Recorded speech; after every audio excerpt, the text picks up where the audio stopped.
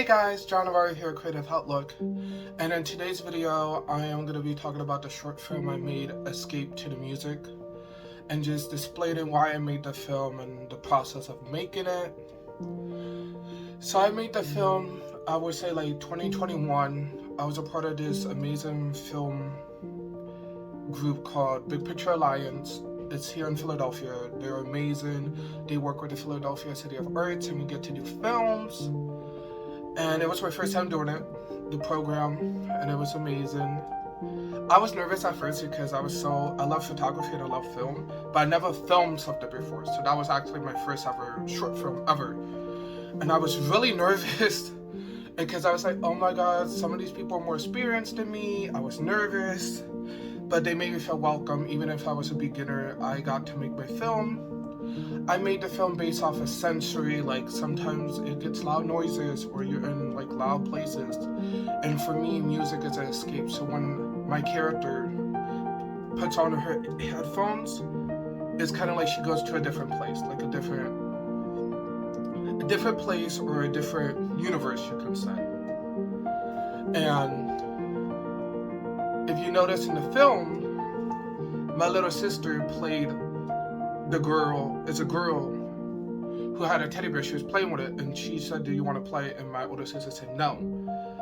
I kind of used that as, okay, let's use the teddy bear as something, I guess the best way to put it is I used the teddy bear as an item from the real world and used it into magical realism. Because later on, if you notice, she hears these sounds of like loud noises chasing after her. That's actually the sounds from the party, but because she's in a different world, she thinks it's that bear. So it kind of connects, like that panda bear, stuffed animal, actually in her world of her music is the monster, aka the loud noises that was happening at the party. And I loved it so much, working with family. Like, it was my first time directing family, and they really loved it as well. And I would say, like, the whole premise, like, you could see a bunch of sensory stuff, like the way that she draws, because like she's an artist, she likes to draw. I added that element from my older sister because she's an artist. So I took elements of people that I knew on the spectrum, but also my experiences as well. And the second best thing I did, like I felt like I accomplished, was the way I set the locations. Because for me, in the film, the locations were the biggest thing. So I filmed at a park near my house, and I filmed everything in my house. Not just that, like I ordered stuff for the film. Like I was so happy, but I got props, like the vines. I got the vines. If you notice the bear claws, actually there are slippers that I got for Christmas. And when I was writing the script, I was like, I can use these. So like in the filmmaking process, yes, you will need props, or yes, you will need stuff. But if you see stuff around your room or around an area, use it to your advantage. That's my word in that aspect. But back onto the sensory part, like the way the vines moved around her, like this, like a lot of the sensory was like, you know, nature, or like, you know, the texture of like that. Not just that, like when she walked in the water, added sound effects of like the water, and somebody played with the water.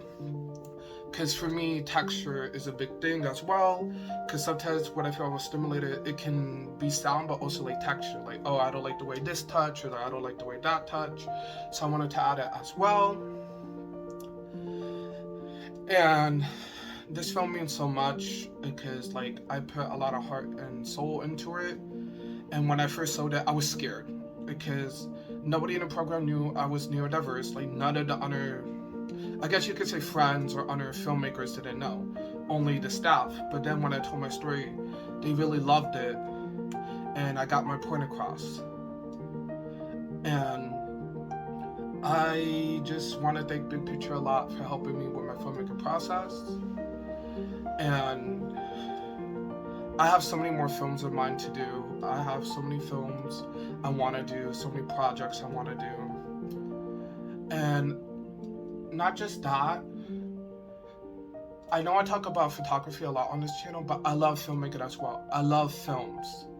Like, I have favorite directors like Wes Anderson, Quentin Tarantino, George Lucas. Like, I remember watching some of those films when I was little, and that actually helps me with my photography because I take elements that I see from movies into my artwork. And at the end of the day, photography and film go head to head. They mix into each other. So I would say, like, if you're gonna be in this field, you're gonna need to know a little bit of both to be well-rounded. Not just that, I'm gonna tell you guys that when you film a film, sometimes it could be filming difficulties. For example, we was actually supposed to go to the park, but it rained, so we got delayed on schedule. That can happen. You always have to manage your time with scheduling, make sure the weather's right, because my first time as a film director, I forgot that it was supposed to rain. So, I forgot it was gonna rain. Not just that, I forgot a couple props at home. So then we needed to go back to the park to film. Not just that, always keep your script with you. Even though you've memorized it down, always keep the script, because I went to the park, we filmed some stuff, and I'm like, hey, I need to go back again. And my older sister and my mom was like, really? I'm like, yes, I need to go back again.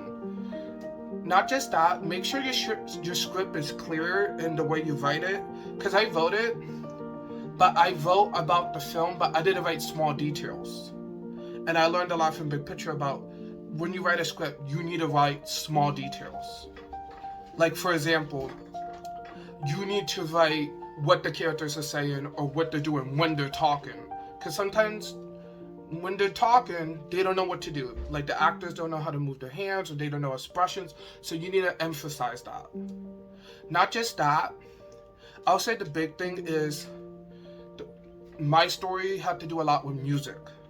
So I listened to different types of music to see what fit. First, I was gonna go for like this, like tropical, like reggaeton, hip hop beat, and I was like, it doesn't really match up. And then I went more for indie pop, because I feel like, okay, this really goes with it, and the song talks about like this wonderland, so I used that song, and I feel like that song really connected well.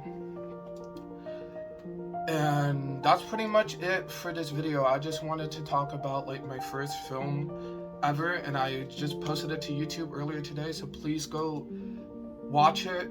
And this is just me talking about it, like a summary and why I did it and stuff. And I'm gonna do more videos like this, not just talking about my films, but maybe watching a film, talking about it, analyzing it, stuff like that. But thank you guys so much for watching. I love you guys, and I see you next time. Bye.